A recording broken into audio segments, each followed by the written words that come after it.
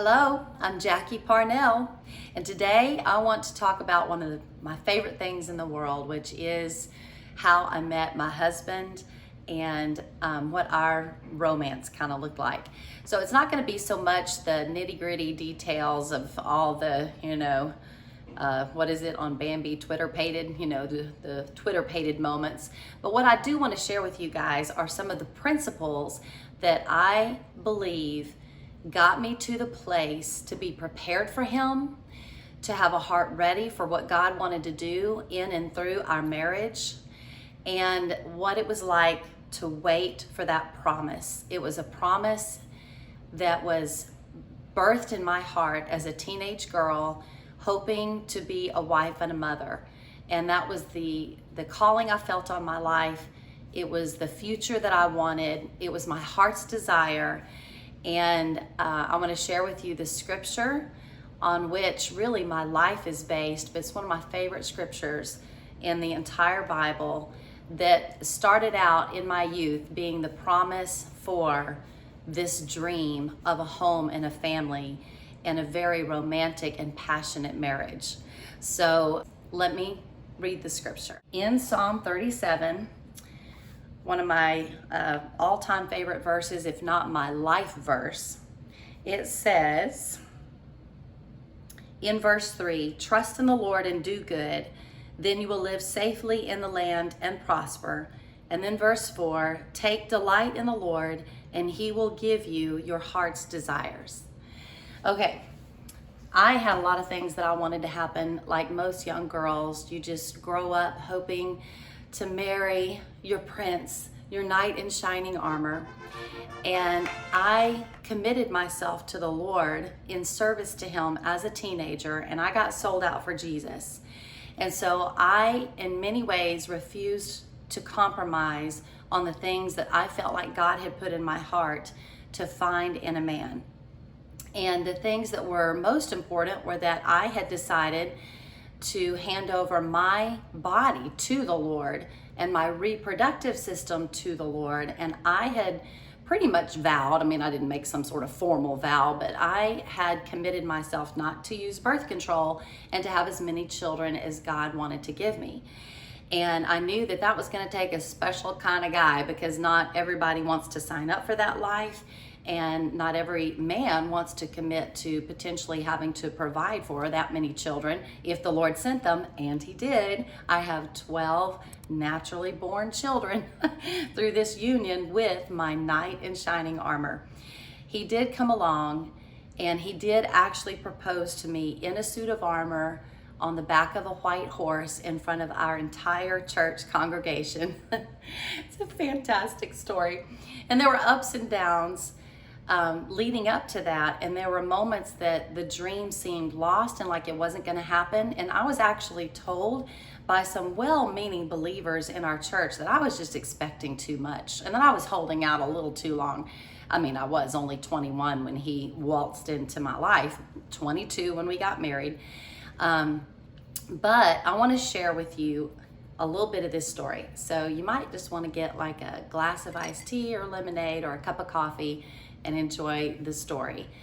You will hear God's goodness, God's faithfulness, and I hope a boatload of romance in the course of this little story. Okay, so once upon a time, there was a little girl, and she wanted to grow up and get married and have a family.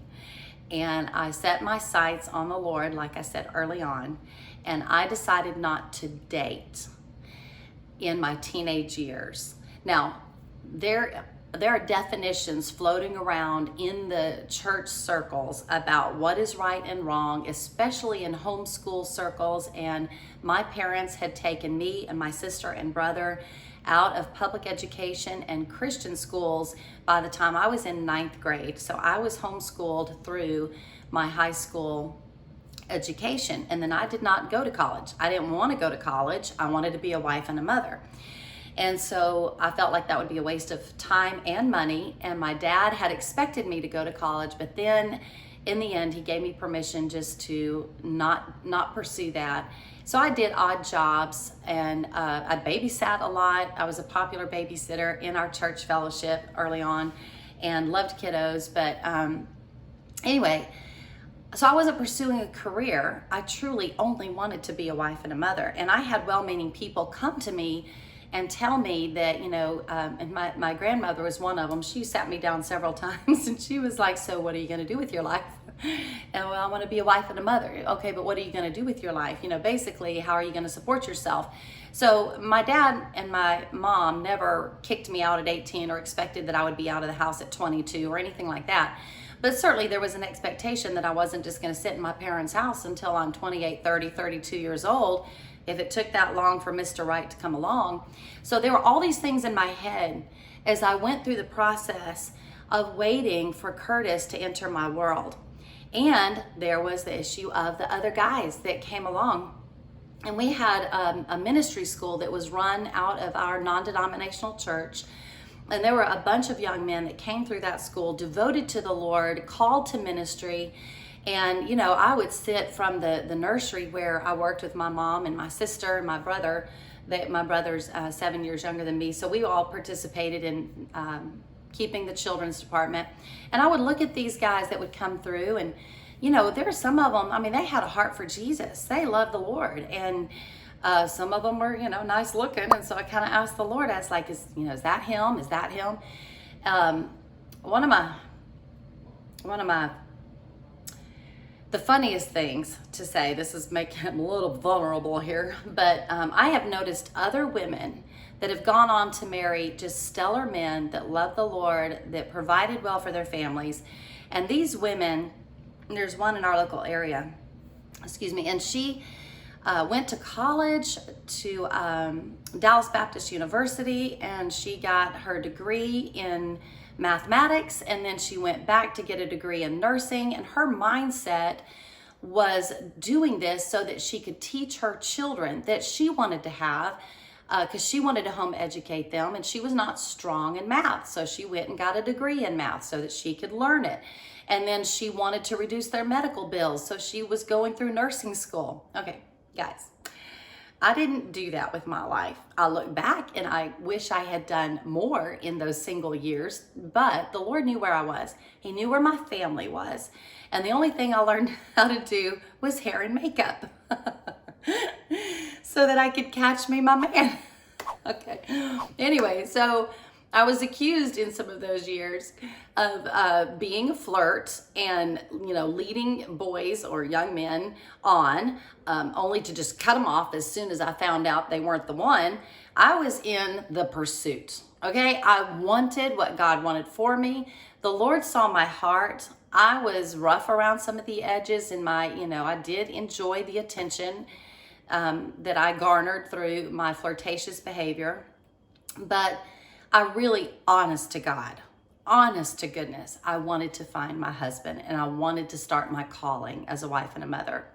So what I'm saying in this is that I didn't go about it the most perfect way. And I did not do it super well. And the reason it's so emotional for me is because God didn't leave me out. I wasn't disqualified from my calling because I didn't do it perfectly. So what I want you to be encouraged by is that if you have a call on your life and you have a desire in your heart for any certain thing, maybe it's not to be a wife and a mother, maybe there is a calling to a ministry, or a calling to a business, or a calling to, who knows, there's so many things out there, music industry, a chef, cooking, I don't know, just whatever it is that's in your heart to go do. Don't ever think that you are disqualified because of your flesh, okay? Put the guards up that you don't act on your flesh to the best of your ability, and hand it up to Jesus and watch what God can do. He is faithful to deliver the promises that you hold dear in your heart. God is faithful to deliver those things. Okay, so we go through 18. I turned 18 and I thought for sure he would show up because I was ready. I was 18. I am old enough to get married. I have the call upon my life. It's time. 18 came and went. 19 came and went. 20 came and went. And I was devoted to my parents and to my siblings. I loved life at home with them. We did babysitting for the church fellowship. I worked different odd jobs. I did actually work for a wedding chapel. That was a fun stint. So I did things with my time, and I was, relatively productive. I should have learned how to cook, and I should have learned how to do laundry, and I should have learned how to keep a house well. I didn't go into all of that. It was on-the-job training once I got married, much to Curtis's emotional duress. He had to help me through some of those moments. But I waited. I did not go try out every man to figure out if he were my he was my husband. I did wait on the Lord, and I did entertain thoughts of several different ones, which, by the way, I will say these guys have gone on to be great men of God. They love the Lord, and they have their own families, and I'm so glad, I am so grateful that I didn't take what was not mine to take. I am grateful for the clear conscience that I brought to my marriage, because I think as emotionally high-strung as I was, that it just would have been devastating for me to get through the early years of our marriage, which were tumultuous, if I had these other men in my head. I will say this: if you have given yourself away, and if you have come to your marriage not a virgin, Jesus redeems, okay? Jesus cleans you and washes you clean as if it never happened. That's what God says in his word, is that he separates your sin as far from you as the east is from the west, and you are made as white as snow. And so I want you to get an image in your head, no matter how you are hoping for your future, to put your past behind you and let God deal with those thoughts, and let God deal with whatever emotional, everybody calls it emotional baggage, whatever it is that you're bringing. The Lord can unpack that and deliver you from that, and deliver you as a virgin to your spouse. Okay, so having said that, here we were I was 21 years old. I had actually received prophecies through our Spirit-filled church that my husband was indeed on the way. I had been advised by some of the well-meaning members of our church that I was expecting too much and that my list was a little too long, but I knew in my heart what was going to have to be in order to commit my life to a man for the rest of my life, and that's how I intended it. I was not committing to marriage with an option of divorce in my heart. And so sure enough, one of the toughest times that I went through is that I attended a wedding of a gentleman that I had turned down, and he had found his wife, and he and his wife, they were getting married, but this wedding was extraordinarily beautiful. And in the wedding, it was a rough day. And in the wedding cake, they had the single women all come. Now, this was just about a year. I don't know the exact timing, but about a year before my own wedding. And I didn't know, though. Curtis had not come along. He wasn't in the picture. And all the single girls came up to the cake to pull charm out of the cake, to pull the ribbon out of the cake. And it was a massive wedding. It was absolutely extraordinarily beautiful. They actually built a gazebo to house the wedding cake, I don't remember the gazebo being there before the cake. Maybe it was, but anyway, it looked like they had built this gazebo for the cake. And so I went up in this gazebo and I pulled this little ribbon out, and there was only one ring in the cake. So there were other little charms that were pulled out, like the dollar bill. So, it's just all symbolic, like, oh, you're going to be wealthy, and I guess if you pulled out a baby buggy, we're going to have children or whatever. But there was only one ring, and I was the one who pulled out the ring. And it was just the Lord saying to me in that time, because there were questions racing through my head if I had made a mistake. And when I pulled that out and saw that little charm, it was like the Lord just kind of dropped in me, I've got you. And if you will wait on me, your time is coming. So I did.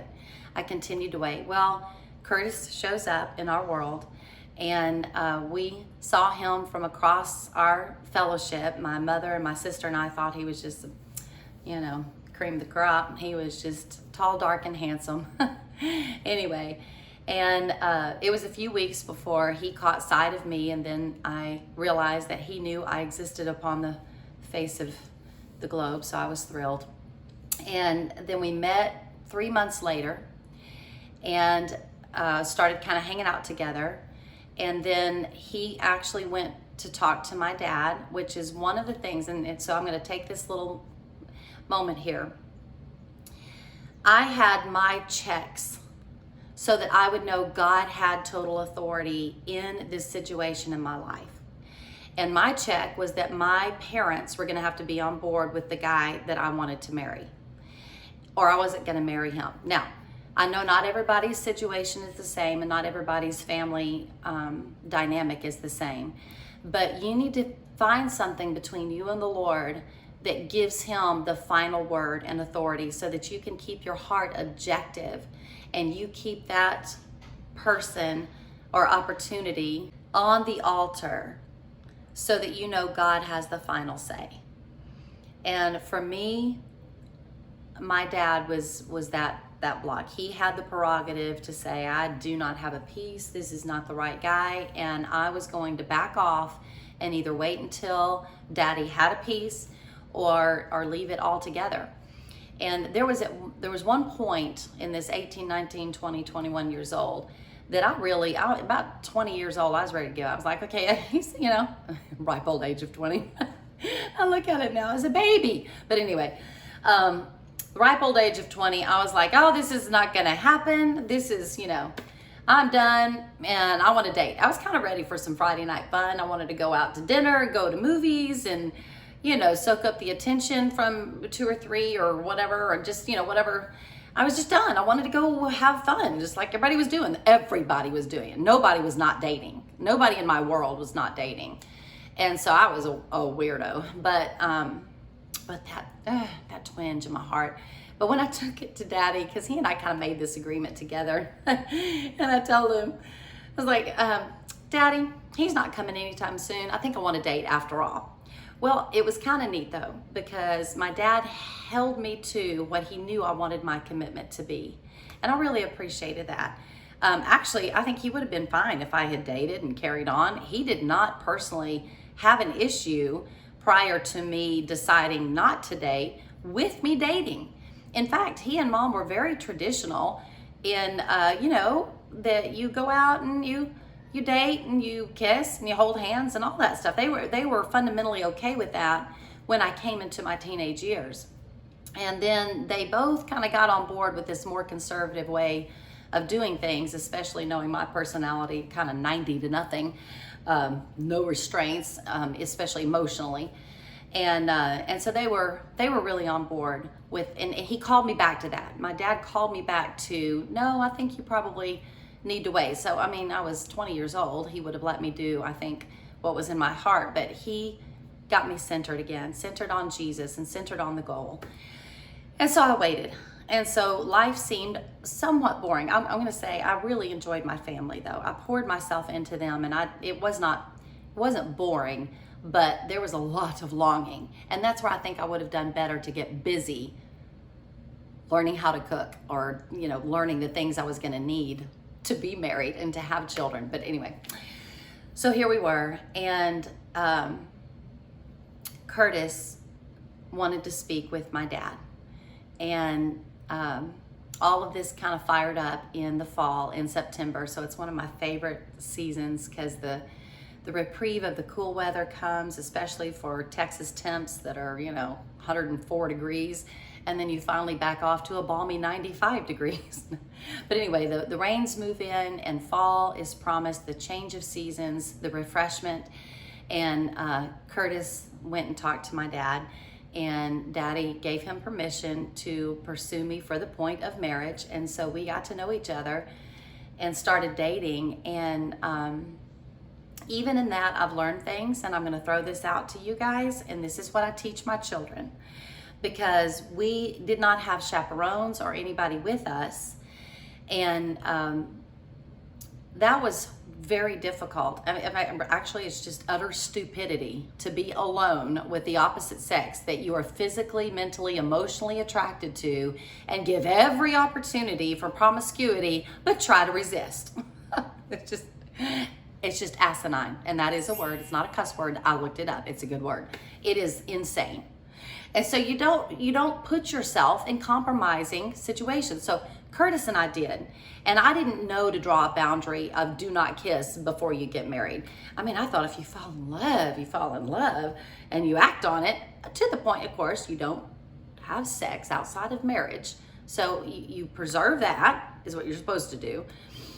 But we got dangerously close to just messing up the whole thing. And we actually went and we asked my parents, because I wanted to be accountable. I really believe in the structure of authority. I believe in accountability. And I really didn't want to mess up the story. And we were well on our way. We were frustrated. And so what I really admire about Curtis, he's 8 years older than me. So I'm looking at a 29-year-old man that had lived on his own for quite some time, asking him to go involve my parents in accountability for our physical relationship. Bless his heart. That had never happened to him before. But he was game. He was on board. So we took Mother and Daddy to dinner and confessed to them that we were struggling. And I don't think they knew what to do with that. They wanted to hold us accountable, but I mean, I don't know. We had just never done this before. It's new territory. It's new territory for the American teen. I mean, this is just not normal living. And it's not a normal way to approach this entire subject. So they did their best, but they didn't call us in or tell Curtis, good night at 10 o'clock. He needed to go. He had started a new job, which became his career, and he needed to go home and go to bed. But we'd stay up in the den, and my family could come in and out, but we were in there, till midnight, 1 and 2 in the morning. And so Curtis and I ended up in a real struggle, and I'm going to tell you the story of this because it is phenomenal. That God will back you up with power from heaven when you set your sights on Him for the sake of righteousness, for the sake of being obedient to Him. Okay, so Curtis and I, back in the day, we didn't have cell phones, and so you had to come to a house, to a landline, to make a phone call, and instead of driving around to every theater in town and trying to find out what the show times were, we wanted to go to a movie, but my family, my brother, sister, and parents were all in Dallas. We weren't going to be able to go home or to go to his apartment or my home and, make a phone call with people there. It was just going to be the two of us. So I had been living where we don't, spend time at his apartment alone or anything like that. We did hold that standard, but we decided we could just come to my house and call the phone number that you call to get the show times. And then we'd figure out what we wanted to watch and leave. So we came home. And I made the phone call, and we ended up, kissing and getting busy and getting involved. And we had already asked the Lord for help. And then we, of course, had asked my parents, but here we were in a compromising situation, okay, with opportunity, which do not put yourself in a compromising situation and there won't be opportunity. But here we were. And all of a sudden, before things could progress beyond where they should, we heard my parents and my brother and sister pull up in the driveway, open the garage door. They're all heard their voices, heard them talking, heard the doors open and shut, and Curtis and I bolted to 2 different bathrooms in the house to try to untussle my hair and just pull everything back together again so that we looked decent and not like we had been messing around. And I come out of the bathroom at one end of the house and he comes out at the other, and we see each other in the hallway, and there's nothing. There's no noise, there's no people, there's nothing. And I looked at him like, what is this? And he looked at me and he shrugs his shoulders, and we come out and we went all the way out to the driveway. There was nobody there, but he heard it and I heard it. And I am fully convinced to this day that God sent angels with the sounds of my family that opened and closed doors. Y'all, it happened, okay? I will testify before the throne of God. This happened. And we were overcome with a holy awe that this was important to God, not condemnation, not, oh, you screwed up, you need to repent. I mean, a holy awe and wonder that for some reason, this is really, really important. And we didn't really say much. I got my purse and we shut the doors and went back out to the car. We did not see a movie that night. We kind of just drove around a little bit speechless because we both witnessed this event, this supernatural event where God intervened because he knew our hearts. And it's still awe-inspiring to me because what I've lived after nearly 30 years of marriage is that holy matrimony is a thing. And I'm not going to get into the assault on the family and on marriage and homosexuality and all that. I'm not going to take that on in this video. I'm just going to tell you something. There is holy matrimony beyond what the average, even the average Christian understands. And Curtis and I have gotten pockets of that throughout our marriage, and we're at a place now that I don't think we shall ever return to a lower level of glory, if you will. There are things that God has done to heal and seal our relationship with one another and to bring satisfaction and peace in marriage that I did not know existed on the earth. And I had wonderful marriages around me in the church community of couples that had been together a long time and loved each other and just seemed so happy together. And I knew it was possible, so I had that hope in my heart. But I just did not understand the weightiness of holiness in a male-female relationship. And I've been able to pass on these treasures to my children and encourage them. They haven't all walked it perfectly and righteously without promiscuity, which is sex outside of marriage. They haven't all done that, but you know what they have done? They've known that Jesus redeems. He redeems your story, and he can make it the fairy tale that you've been hoping for in your life. But there's one thing, you have to actually give it to him. He's not going to force himself on you. He's not going to force his story into your life. It is by invitation only. But as I have said in my other videos about why we had 12 children, why home birth, why did I choose a home birth with those children? I want to encourage you. He is trustworthy, and he can make it beyond your wildest imaginations. He can take you to places in your heart and mind, in your physical world. There can be glory like you did not know existed on the earth in your world when you hand him. So let's get back to that scripture. Psalm 37, verse 4, take delight in the Lord, and he will give you your heart's desires. So what are you desiring? What do you want to see happen in your life? What is your deepest, innermost dream? Maybe you haven't ever even told anybody what's in your heart.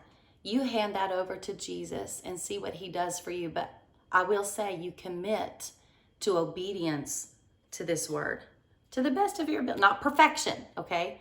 You want to be perfect. We want to be, actually, we're commanded to be perfect as our Father in heaven is perfect. So he would be evil if he commanded that and there wasn't a way to become perfect. And we are learning, we are growing, we are gaining ground in the kingdom and learning how to do this. And with that, there are just, he says that you're transferred from glory to glory. And I've seen it. And I've seen the glory that can be in the earth and in a family through a couple committed to Christ first and committed to one another, and the joy that comes from that. So I wish you your heart's desires, and I pray for you that if there's anything that you're wanting done, you might just want to leave in the comments heart's desire if you don't want to tell me what it is, and I'll believe with you for your heart's desire to come true. Let God tweak it and turn it, but give it all to Him and commit yourself in total obedience to Him and wait and see what God can do. Bless you guys.